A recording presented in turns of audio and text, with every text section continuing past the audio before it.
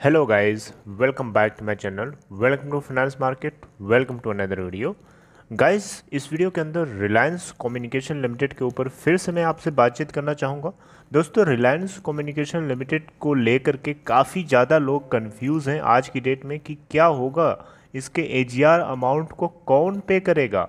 ठीक है, कल सुप्रीम कोर्ट की हियरिंग थी, हियरिंग नहीं थी, बेसिकली सुप्रीम कोर्ट का जो जजमेंट था जिसको रिजर्व करके सुप्रीम कोर्ट ने रखा हुआ था, वो चीज़ कल अनाउंस कर दी गई।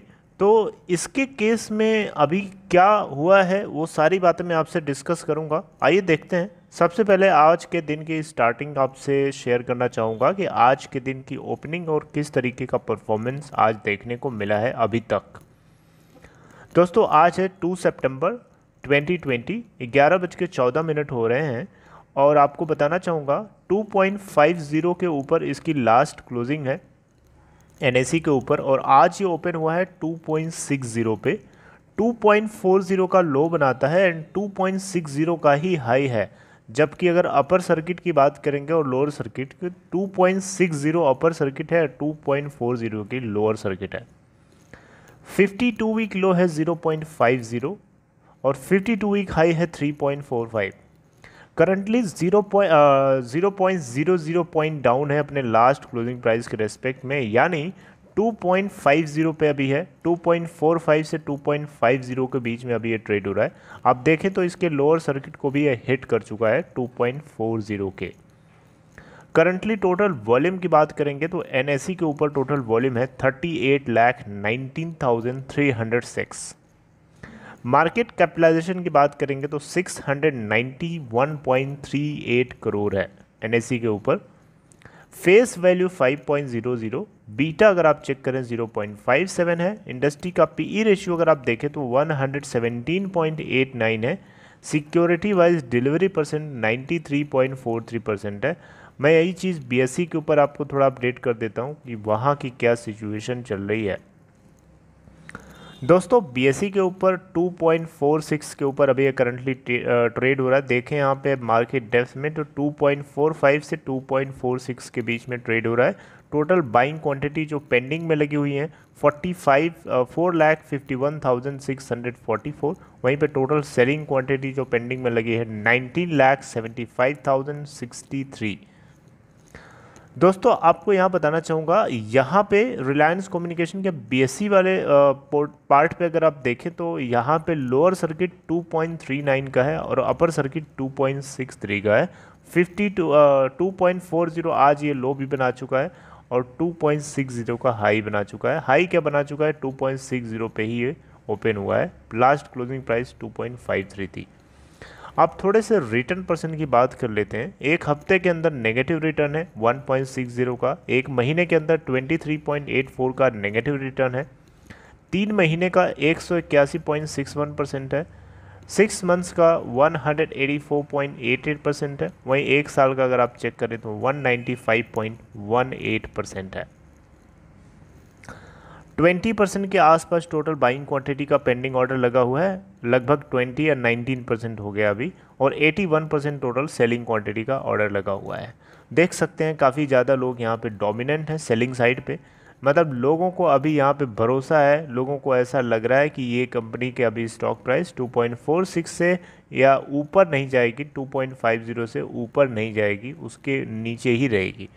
अब दोस्तों मुद्दे की बात करें तो मुद्दा ये है आज का कि रिलायंस कम्युनिकेशन लिमिटेड के एजीआर यानी एडजस्टेड ग्रॉस रेवेन्यू ड्यूज को, जो कि तकरीबन 25,000 करोड़ था, उसको कौन पे करेगा।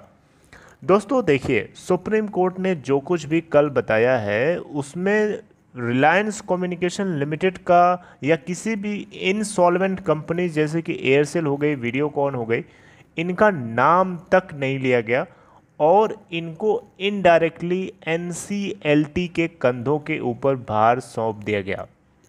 बात को समझ रहे हैं, एनसीएलटी अब डिसाइड करेगी कि रिलायंस कम्युनिकेशन लिमिटेड के स्पेक्ट्रम को कौन, मतलब वो सेल करा जा सकता है या नहीं करा जा सकता।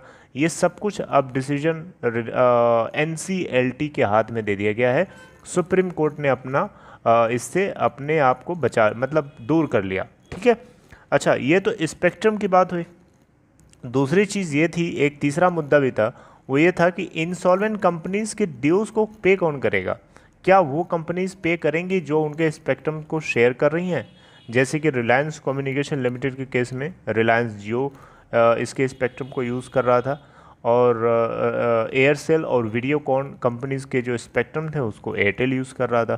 तो इस केस में सुप्रीम कोर्ट की जो हियरिंग्स 1 बाय 1 चल रही थी, उन सभी हियरिंग्स का मेन मोटो था, मेन गोल यही था कि इन कंपनीज के एजीआर को कौन पे करेगा, ठीक है, और स्पेक्ट्रम क्या सेल करा जा सकता है, क्या वो नेशनल प्रॉपर्टी है। इन चीज़ों के ऊपर बात कई दिन कई हियरिंग्स चली, लेकिन एंड ऑफ द डे जब जजमेंट आना था उस केस में इन्होंने सुप्रीम कोर्ट की जस्टिस अरुण मिश्रा ने, जिनका आज रिटायरमेंट की डेट है, आज रिटायर होने वाले हैं, उन्होंने इसको सीधे सीधे एनसीएलटी के कंधों के ऊपर दे दिया कि भैया आप संभालो।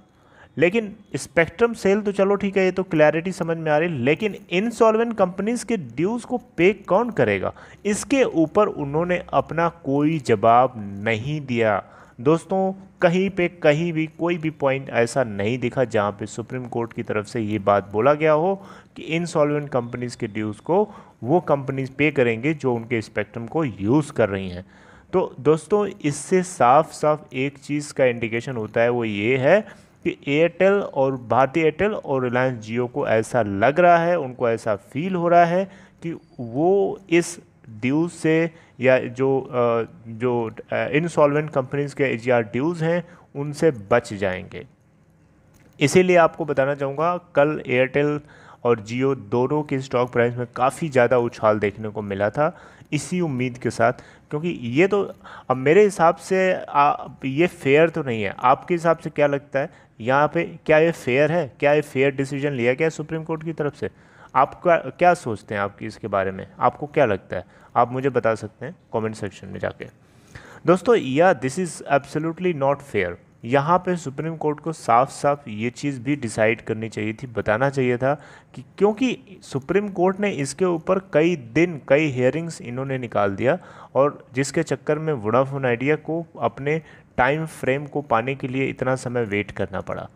तो या दिस इज़ वेरी डेंजरस, और ये अच्छी बात नहीं है। सो अब ये क्या होगा, अब एजीआर अमाउंट को गवर्नमेंट ऑफ इंडिया कैसे वसूल होगी बताइए। अब एनसीएलटी के डिसीजन में हाथ में डिसीजन आ गया, मतलब मामला जहां था वहीं चला गया। तो सुप्रीम कोर्ट को रास्ते में आने से फ़ायदा क्या हुआ बताइए। यहाँ पे सबसे बड़ा क्वेश्चन उठता है कि सुप्रीम कोर्ट को यहाँ पे बीच में टांग लड़ाने से क्या फ़ायदा मिला, कुछ मिला? रिलायंस कम्युनिकेशन को कुछ मिला? कुछ नहीं मिला। जहाँ था जो उसको डिसाइड कर रहा था, जो उसको रूल कर रहा था, जो उसके इंसॉल्वेंसी रेजोल्यूशन प्रोसेस को अपॉइंट करने की कोशिश कर रहा था, बिल्कुल मामला वहीं का वहीं शिफ्ट हो गया। अब एजीआर भी उसी के हाथ में, वही डिसाइड करेगी एनसीएलटी कि कितना देना है। क्योंकि अब जियो तो अगर सुप्रीम कोर्ट की तरफ से इस तरीके की कुछ बात नहीं निकल के आती है कि जियो को आरकॉम के ड्यूज़ को पे करना पड़ेंगे और भारती एयरटेल को रिलायंस एयरसेल और आपका ये कौन है वीडियोकॉन, इनके ड्यूज़ को पे करने पड़ेंगे, तब तक वो तो नहीं पे कर सकते। अब एनसीएलटी के बस की बात नहीं है कि वो सुप्रीम कोर्ट की जगह ले ले और रिलायंस जियो को और भारती एयरटेल को ऑर्डर दे दे ड्यूज़ को पे करने के लिए, ऐसा नहीं हो सकता। अब आरकॉम के एसेट्स को बेच करके तो आप एजीआर पे कर पाओगे, ना ही आप लेंडर्स का पैसा उनको, जो कि क्रेडिटर हैं, सिक्योर क्रेडिटर्स हैं, है ना, तो ना तो उनके अमाउंट को पे कर पाओगे, ना गवर्नमेंट ऑफ इंडिया को कुछ मिलेगा। तो यहाँ पे कुछ मिलने वाला नहीं है। एक इनको IRP resolution, insolvency resolution professional appoint करना पड़ेगा, जो इस कंपनी की एसेट को हाई वैल्यूड बना सके, प्रॉफिटेबल बना सके, ऑपरेशनल बना सके, ताकि सबके ड्यूज़ को आराम से स्मूथली पे किया जा सके। मैंने आपको कल एक मुर्गी के एग्जांपल से समझाने की कोशिश करी थी। एक मुर्गी है जो सोने के अंडे देती है। अब उस मुर्गी को आप मारने का मतलब समझ रहे हैं आप? आरकॉम को insolvency and bankruptcy court IBC के प्रोसेस के जरिए आप उसको स्लॉटर हाउस में ले जा करके कटवा रहे हैं, ठीक है, तो उससे कुछ मिलने वाला नहीं है, ठीक है। अगर आप उसको ज़िंदा रखोगे, उसको ऑपरेशनल बना के रखोगे, फंक्शनल रखोगे, थोड़ा खर्चा पानी करोगे, तो वो कहीं न कहीं से प्रॉफिटेबल हो सकती है, जिसकी वजह से सबका कर्जा चुकाया जा सकता है। राइट। ये कोई तरीका नहीं है कि आप उसको बेच करके ऑपरेशन क्रेडिटर्स की वैल्यू पे कर दो और जो फाइनेंशियल क्रेडिटर्स हैं उनको कुछ ना मिले, या इसका उल्टा यानी फाइनेंशियल क्रेडिटर्स को पे कर दो और DOT यानी डॉट को कुछ ना मिले, ठीक है। और इन दोनों को कुछ नहीं मिले और इन्वेस्टर्स जो स्मॉल इन्वेस्टर्स हैं वो उनके ऊपर कोई ध्यान नहीं देता है, वो भी तो फंसे हैं, उनकी कोई जिम्मेदारी नहीं बनती है, उनका हक नहीं है, बताइए। तो ये सारी चीज़ें हैं जो यहाँ पे IRP जो NCLT है उसको देखना होगा। 8 सितंबर की जो नेक्स्ट डेट रखी गई है NCLT के अंदर, इसी मुद्दे के ऊपर चर्चा होगी और देखेंगे क्या वो ऐसा कुछ लेके आ पाते हैं जिसकी वजह से इसके अंदर कुछ पॉजिटिविटी देखने को मिले, इन्वेस्टर्स को एक होप हो, एक आशा की किरण हो और इसको प्रॉफिटेबल जिंदा खड़ा कर सके, है ना। इसको मारना आसान है लेकिन इसको जिंदा खड़ा करके दिखाओ अगर किसी के अंदर दम है तो। यही असली एक परीक्षा है, यही एक असली एग्ज़ाम है और यही एक असली टेस्ट है कि आप एक इंडस्ट्रियलिस्ट हो या नहीं हो। दूसरे के बिजनेस को लूट करके आगे बढ़ना तो आसान है, लेकिन दूसरे के लूटे हुए बिजनेस को खड़ा करके दिखाओ, फिर समझेंगे कि हाँ आप इंडस्ट्रियलिस्ट हो। इशारा आप समझ गए होंगे किधर है।